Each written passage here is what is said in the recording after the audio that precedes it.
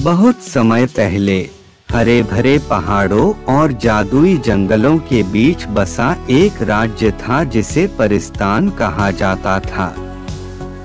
इस राज्य में सभी परियां रहती थीं और उनका नेतृत्व करती थी परियों की रानी नूरजहां। नूरजहां की सुंदरता और दया की कहानियां दूर दूर तक फैली थीं। उनकी चमचमाती पंख और गहरे नीले रंग की आँखें जैसे आकाश में तारे। लेकिन उनके राज्य में एक राज छिपा था जिसे केवल वे ही जानती थीं। हालांकि परिस्तान बहुत ही सुंदर और शांतिपूर्ण था, लेकिन रानी नूरजहां को चिंता सताती रहती थी।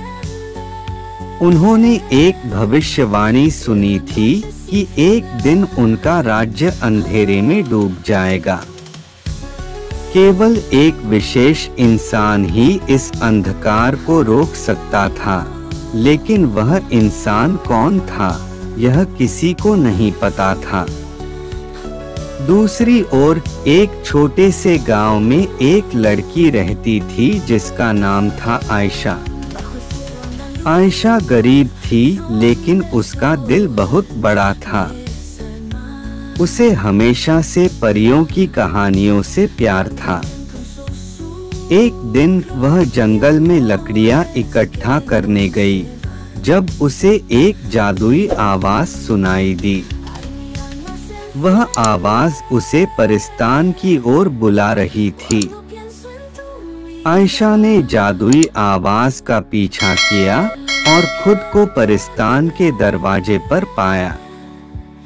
वहां उसकी मुलाकात रानी नूरजहां से हुई।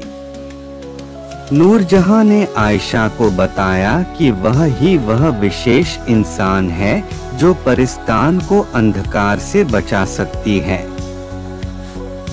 लेकिन इसके लिए आयशा को एक कठिन यात्रा पर जाना होगा। आयशा और नूरजहां को परिस्तान के अंधेरे जादूगर जाफर का सामना करना पड़ा। जाफर की योजना थी कि वह पूरे परिस्तान को अपने अंधेरे जादू से काबू में कर लेगा। उसने परिस्तान के चारों ओर एक अंधकार का जाल बिछा दिया था जिसे केवल आयशा ही तोड़ सकती थी। आयशा ने नूरजहां के साथ मिलकर अपनी साहस और प्यार की शक्ति से जाफर को हराया। उसने जादुई तारे से जाफर के अंधकार को नष्ट किया और परिस्तान को बचा लिया। आयशा को परियों की रानी का खिताब दिया गया और उसने अपनी नई जिम्मेदारियों को खुशी-खुशी स्वीकार किया। परिस्तान फिर से जश्न के रंगों से भर गया। सभी परियों ने आयशा का स्वागत किया और रानी नूरजहां ने उसे अपने साथ सिंहासन पर बिठाया। अब परिस्तान पूरी तरह से सुरक्षित था और वहां फिर से शांति और खुशी का माहौल लौट आया।